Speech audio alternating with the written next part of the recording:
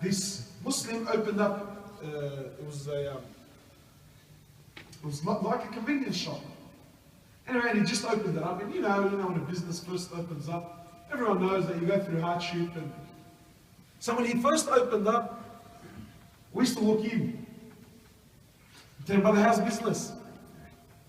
Alhamdulillah, brother, alhamdulillah. Yani really, he's saying that things, yani he's doing a hajar. He's doing a hajar. Alhamdulillah, brother, alhamdulillah. Then as time went on, he picked up, started doing well, So we'd walk in, tell him, brother, how's business? Very good, brother, very good. When things were tough, alhamdulillah, brother, alhamdulillah. When things were pretty, very good, brother, business is very good. People, honestly, we worship Allah al-Harf. We're on the edge. Things are good, Allahu Akbar, we're pumped, we're in the masjid. Things are bad, bagu, we fall, we drift, we fall behind, straight away. So what was the advice of the Prophet, my brothers? He says, hang on, hold on. My brother, I'm telling you now,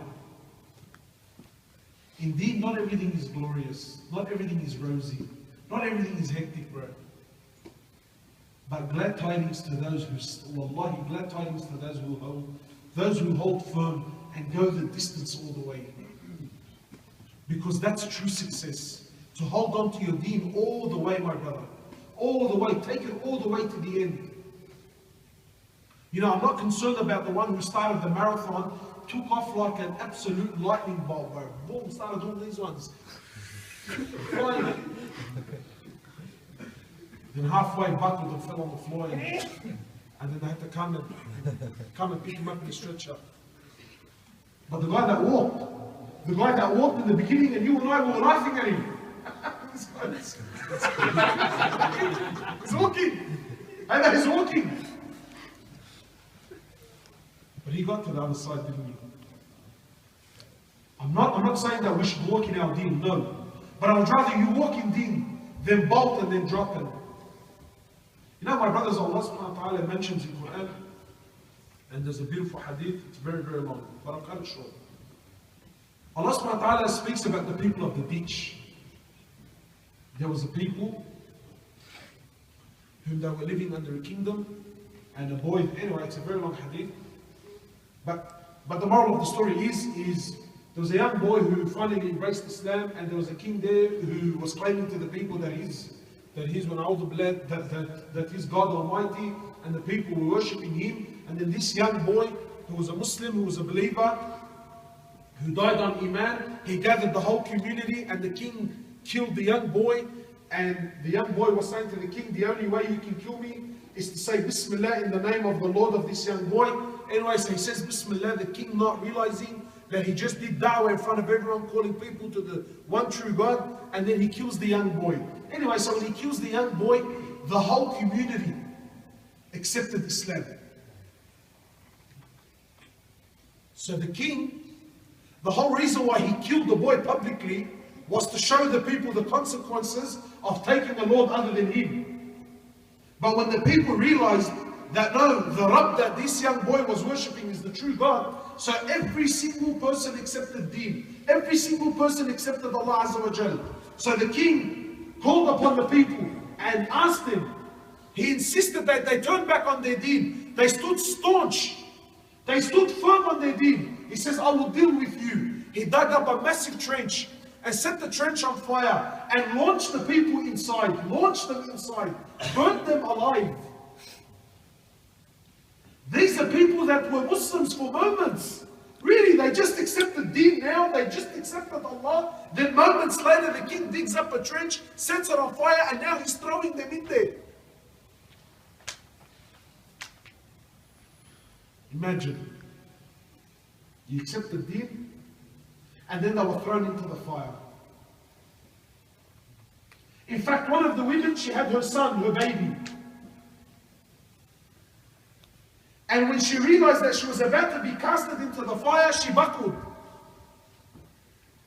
So her baby, her child spoke to her. and said to her, my mother, what you're doing is hard, continue what you're doing.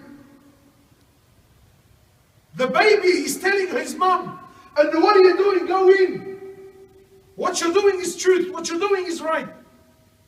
So they were all casted into the fire, and they were all burnt alive, all of them. You know, my brothers, let's be honest.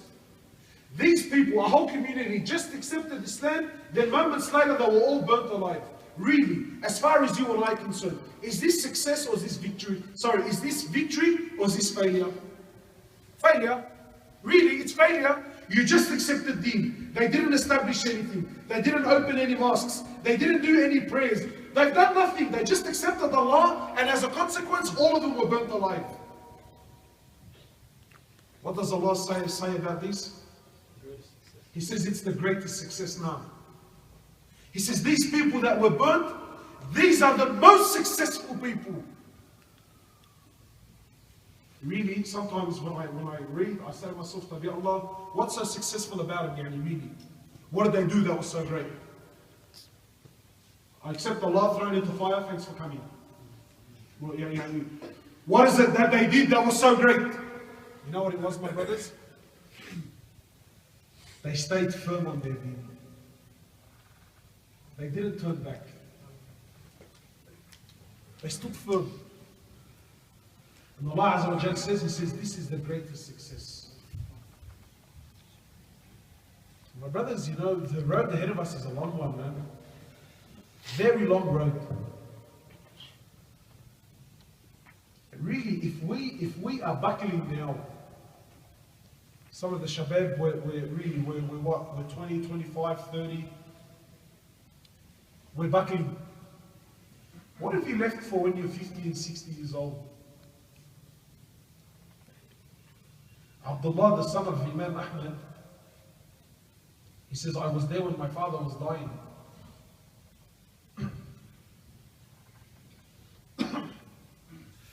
He says, I was there. Abdullah is narrating, the son of Imam Ahmed bin Hanbal.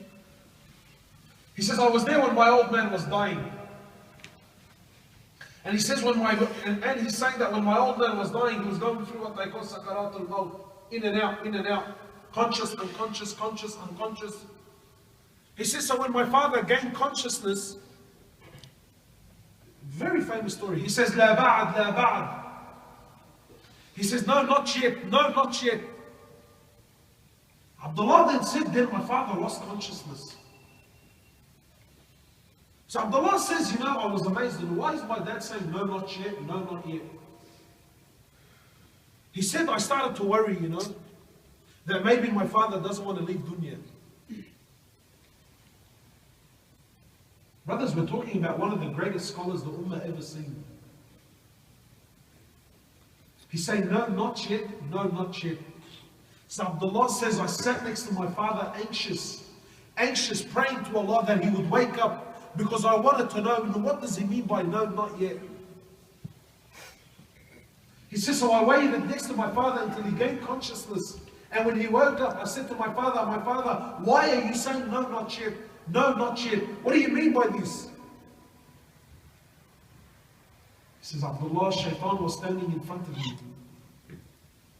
And he was biting on his fingernails saying, Ahmed, you've slipped out of my hands. Ahmed, you've slipped out of my hands.